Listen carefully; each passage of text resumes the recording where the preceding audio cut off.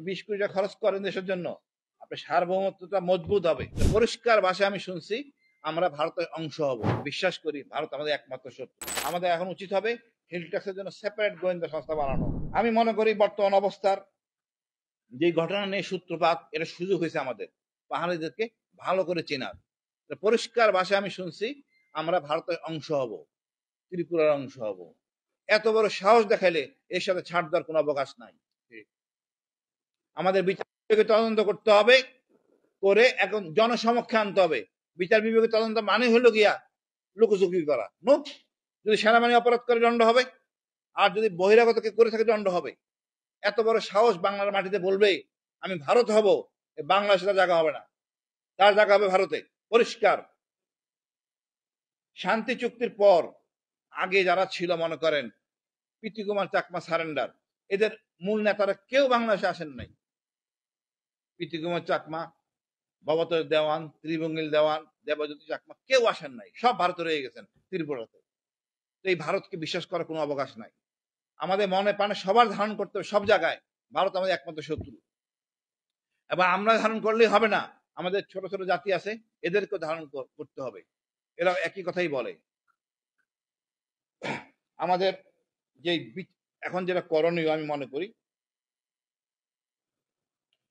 আমাদের উচিত বিচার বিবেচনা তদন্ত করার পর একটা কমিটি করা, সবাইকে নিয়ে এই দেশটা কিভাবে যাবে। এটা পার্বত্য এলাকা, এখানে যে সুযোগ সুবিধা হয় শুধু চাকমারাই ভোগ করে, বাঙালিরা ভোগ করে না। আজকে আমাদের বয়স 40 বছর হয়ে গেছে। পাহাড়ের সকল সুবিধা সমমর্যাদার ভিত্তিতে, সম অধিকারের ভিত্তিতে হবে, সবাই সম অধিকার পাবে। চাকরি বলেন, যত সুযোগ সুবিধা সমভিত্তিতে। ওই কোনো ট্রাইবাল বলে কোনো সুযোগ সুবিধা দেওয়ার নাই। আপনি খোঁজ করলে দেখবেন অধিকাংশ লোকেরই বাড়ি অস্ট্রেলিয়া, সেটেল হয়ে গেছেন অন্যান্য দেশে। আলটিমেটলি কিছুদিন পর দেখা যাবে এখন আমরা 51%, আমরা 60%, 70% হয়ে যাব। তবে আমরা হিংস্র হইতে পারবো না বর্তমান সমাজে। এখন আর আগের দিন নাই। আমরা মানবতা, ভালোবাসার মধ্যে দিয়ে আমরা সবাইকে আপন করে নিব, যাতে আমরা কোন রকম অশান্তি ছাড়া বসবাস করতে পারি। তো যে আলামত সৃষ্টি করছেন, গাড়ি ভাঙছেন সেনাবাহিনীর, স্লোগান দিয়েছেন ভারতের পক্ষে, আমরা এই জায়গায় কঠোর হব। এই জায়গাটা কিছু না, রামগড় থেকে শুরু করে পানছড়ি পর্যন্ত এই জায়গাটাই হলো ইউপিডিএফের। এই জায়গাটাই ছিল প্রীতি কুমার চাকমা জায়গা। এরা প্রথম থেকেই স্বাধীনতা, মানে আমাদের স্বাধীনতার বিপক্ষে। আর রাজা যিনি ছিলেন, ইনি যে বিয়ে করছেন পরবর্তী বিয়া, ইয়ান, ইয়ানই তো নাম, মানে উনি রাখাইন বংশোদ্ভূত, হারবাঙের চরকরিয়া হারবাং এলাকার নারী। এই নারীটা হলো উচ্ছৃঙ্খল, রাখাইন বংশোদ্ভূত, অর্থাৎ মগ। মগের চরিত্র আপনি জানেন, মগের রাজ্য, মগের মল্লুক। এই মগের কাজে এইটা ভালো জিনিস, মগের দেয়া, মগের সাথে কোনো চুক্তি হয় না। ওর বউ কোনটা বোন কোনটা কিছু জেনে না, এটাই মগ। আমাদের চিন্তা ভাবনা করে আমরা সঠিক পথে যাব। আমাদের দরকার শিক্ষিত জনগোষ্ঠী, আমাদের দরকার ভালো মিডিয়া, সত্য কথা উত্থাপন করতে পারি, মিথ্যা ছাড়া দরকার নাই। এটা সুন্দর সুযোগ পাইছি। অর্থাৎ ওখানে ডাক্তার জয়া চাকমা উনিই বলছেন রেপ হয় নাই। উনার রেপের সিস্টেম, উপজাতি রেপের দণ্ডটা অনেক কম, আমাদেরটা হলো গিয়া অনেক কঠিন। সুতরাং উনি ওনার এই দণ্ড করে ওনার যেন করুক, আপত্তি নাই। এখানে আমরা কিছু আপোষ করে নিতে পারি, বলে কমিটি করে তারা যে তার বিচারে করবে করবে, কিন্তু সরকারের মূল যে ধারা এর বাইরে যেতে পারবে না। আমাদের এখন, আমরা এখন আরাম করার অবকাশ নাই। আমাদের বিউপিগুলিকে, বর্ডার আউটপোস্ট যেগুলি আমাদের শান্তি বিএসএফ এর, এগুলি শক্তিশালী করতে হবে, সংখ্যা বাড়াইতে হবে এবং জনসংখ্যা বাড়াইতে হবে। বিউপির সংখ্যা বাড়াইতে হবে, প্রতিটা বিউপির জনসংখ্যা বাড়াইতে হবে। কোনো ছাড় দেওয়ার অবকাশ নাই। আমাদের সার্বভৌমত্ব প্রস্তাব কোনো ছাড় নাই। ওখানে যে 2 ডিভিশন নেওয়া দরকার, 2 ডিভিশনই নিবে।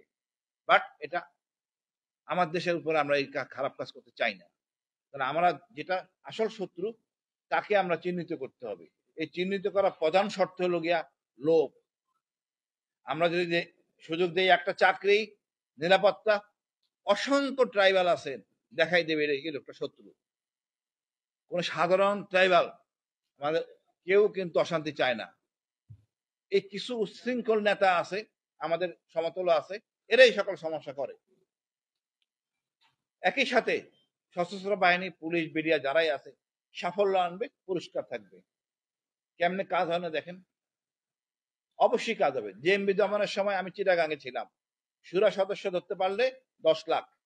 এখানে একটা ক্যাম্প ধরার জন্য 50 লাখ দেন, 1 কোটি টাকা দেন, আপনি 20 কোটি টাকা খরচ করেন দেশের জন্য, আপনার সার্বভৌমত্বটা মজবুত হবে, ভুল বুঝাবুঝি কমে যাবে। আমাদের গোয়েন্দা একটা বাহিনী বানাইতে হবে সেপারেট হিল ট্যাক্সের জন্য।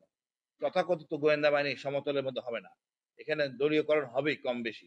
আমাদের চরিত্র খুব খারাপ, আমরা তেমন কোনো সংস্কারই করতে পারি নাই। আমি মনে করি পার্বত্য চট্টগ্রামের জন্য সেপারেট একটা গোয়েন্দা সেল হইতে হবে। এখন যুদ্ধ কিন্তু সহজ, এক মোবাইল ইউজ করে না এমন শান্তি বাহিনী খুব কম আছে, এমন ইউপিডিএফ নেতা খুব কম আছে। ওই ইউপিডিএফ ওই মোবাইল দিয়ে ধরা সম্ভব। আমাদের এত 15টা বছর আমরা এই বিরোধী দল নিয়ে ছিলাম ব্যস্ত, আর কোন হুজুরদের ধরা নিয়ে ব্যস্ত, কোন হুজুরের দাড়ি বড়, কোন হুজুরের দাড়ি ছোট, এগুলি নিয়ে আমরা কাজ করছি। এইসব বিষয় নিয়ে কাজ করি নাই, তার শিক্ষা আমরা পাইলাম। আমাদের এখন উচিত হবে হিল ট্যাক্সের জন্য সেপারেট গোয়েন্দা সংস্থা বানানো। আমরা সবার মনে প্রাণে স্বীকার করে নেই, বিশ্বাস করি ভারত আমাদের একমাত্র শত্রু। আজকে ভারত একমাত্র শত্রু, দ্বিতীয় শত্রু যদি কেউ থাকে সেটা আওয়ামী লীগ। আওয়ামী লীগ সকল সমস্যার গোড়া। সুতরাং আমার তো কোনো কাজ সে করে দিচ্ছে না আওয়ামী লীগ, আমার কাজ তো আমার করতে হয়, আমার খাইতে হয়। কোন রাজনীতিবিদ আমার খাবার দেয় না। আমরা যখন কাজ করব নিজের কাজ করব, তাদের কথা শুনবো না, দেশের কথা শুনবো। কোন পাহাড়িদেরকে আমরা ঘৃণা চোখে দেখবো না, আপোষ করে ভালোভাবে দেখবো। এটা আমার ধর্ম বলে, মানুষ সৃষ্টি সেরা জীব, সেই আচরণ করব, দেখবেন পাহাড় শান্তি আসবে। এবং ওই সহজ সরল জনগণ দেখাই দিবে কারা দুষ্কৃতিকারী। এখান থেকে বিচ্ছিন্ন করতে হবে। গেরিলা যুদ্ধের মূল জিনিস হলো গিয়া জনগণ থেকে গেরিলাকে বিচ্ছিন্ন করেন। এইটা করার জন্য বহু কৌশল আছে, যেগুলি অনেক কৌশল আমি এখানে বলতে পারবো না, কিন্তু করা সম্ভব। এটা তেমন কঠিন কাজ না, একটু আমরা সচেতন হই, সবাই আমরা দেশের জন্য কাজ করি।